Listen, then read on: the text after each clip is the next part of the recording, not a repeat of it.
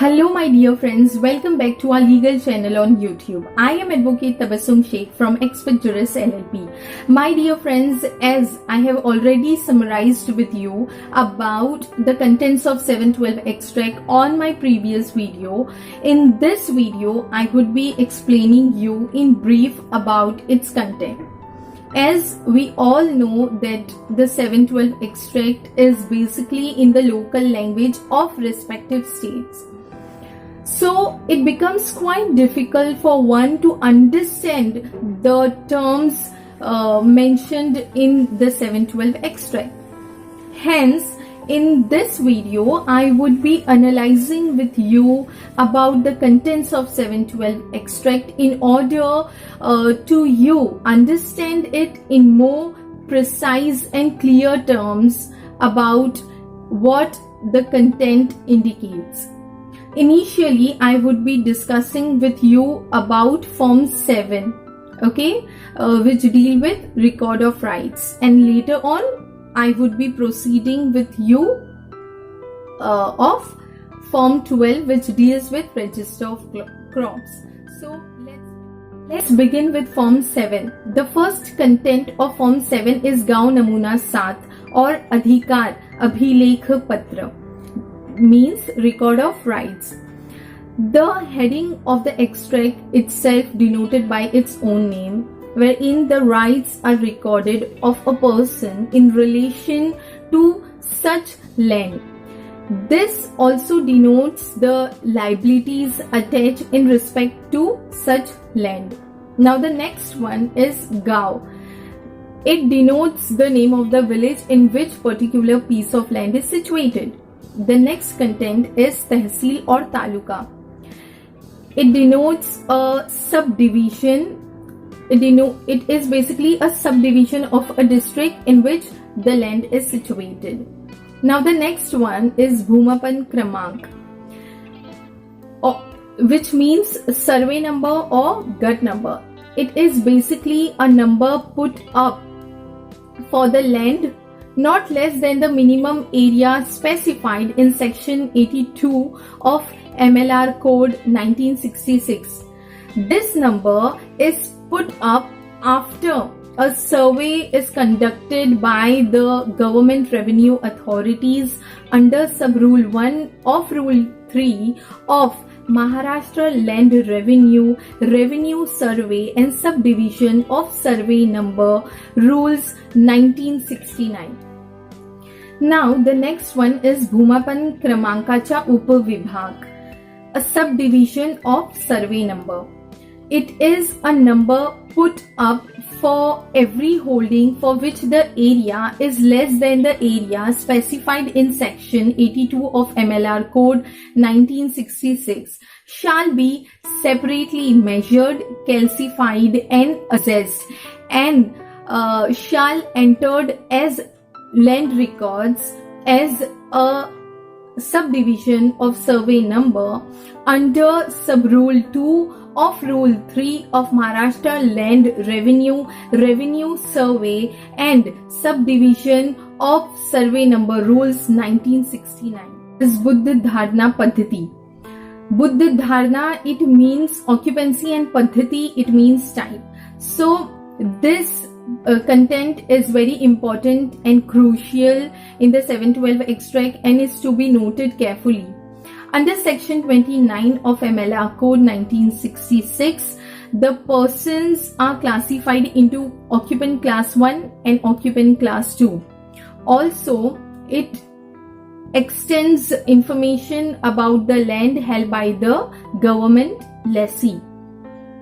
So now let's see what is occupant class 1 and occupant class 2.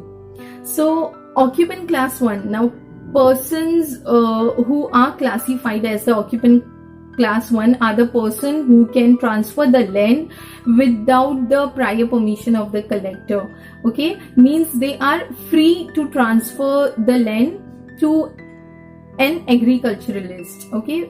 Now the occupant class 2, in this they are the persons as a tenants who have purchased the land under the provisions of Bombay Tenancy and Agriculture Land Act 1948.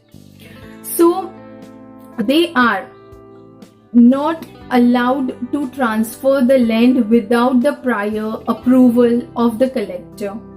Okay, the land granted by government to the scheduled caste, scheduled tribes, or ex-service member or the members of armed forces. So this land comes under class 2. Okay. Now the next content is Bhogavta Darache. Now this content, it showcases the name of the holders, the occupants, the joint owners, government lessees, tenant. Okay. Now many of us, they got confused between the holders or the occupants or the tenants, etc. So let's discuss this term one by one. Now, who is a holder?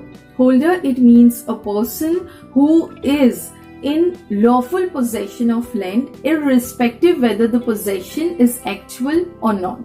Okay. Now the occupant, it means a holder who is in actual possession of unalienated land. It does not include government lessee or tenant. Okay.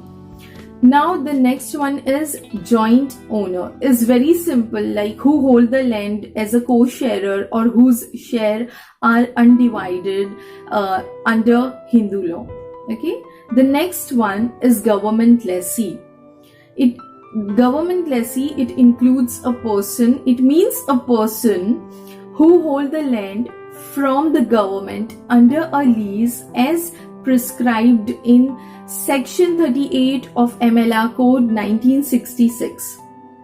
Now the tenant, it means a lessee holding the land under an instrument or oral agreement, and it also includes mortgages with the tenant's rights, but it not include the government lessee.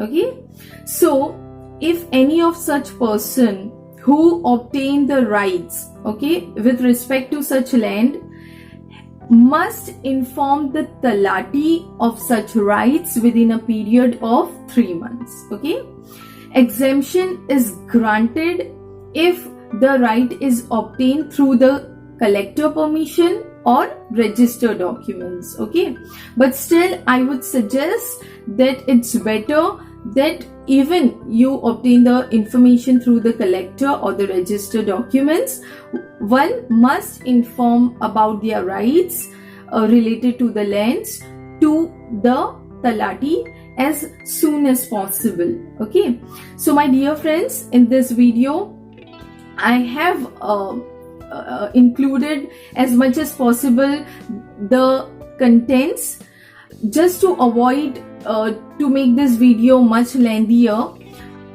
I decided to proceed further contents in the next video. Okay, so please do stay connected with me in the next video also. Hope so that this video has been helpful to you. For more such information and query, please drop your comments in the comment box. Stay connected with me, and please also watch the next video. Please like, share and subscribe. Thank you.